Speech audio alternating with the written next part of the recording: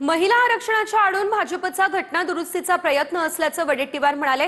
पंतप्रधान बोलले हे मगरीच्या डोळ्यातील अश्रू होते असंही वडेट्टीवारांनी म्हटलं। मोदींवर राजकीय भाष्य करताना आत्मपरीक्षण का नाही करत असं शेलारांनी म्हटलंय। काँग्रेसला पंतप्रधान मोदींची भीती वाटते असंही आशिष शेलारांनी म्हटलंय। नारी शक्ती द्रोह काँग्रेसमध्ये का पसरलाय हा सवाल देखील या दरम्यान आशिष शेलार यांनी उपस्थित केलेला आहे।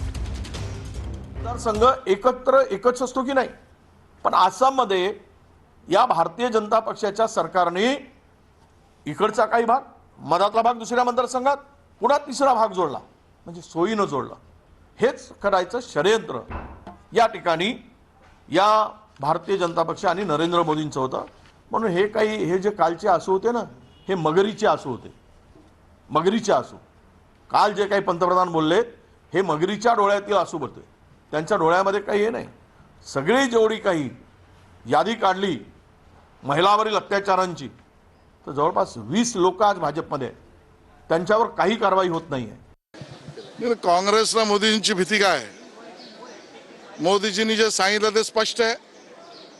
काँग्रेसने 33% आमच्या आरक्षणाच्या विधेयकाला विरोध का केला? माझ्या माता भगिनींना विधानसभे आणि लोकसभेमध्ये अधिकाराने जाण्याच्या संधीला वरवंटा का फिरवला? एवढा नारी शक्ती द्रोह काँग्रेसमध्ये का पसरला आहे याचं उत्तर आधी वडेट्टीवारांनी द्यावं। काय वडेट्टीवारांना काय त्रास झाला? तुम्ही पंतप्रधानांवर राजकीय भाष्य करता त्यावेळेला स्वतःचं आत्मपरीक्षण का नाही करत? काँग्रेसने हे पाप केलंय, काँग्रेसला या पापाची शिक्षा भोगावी लागेल।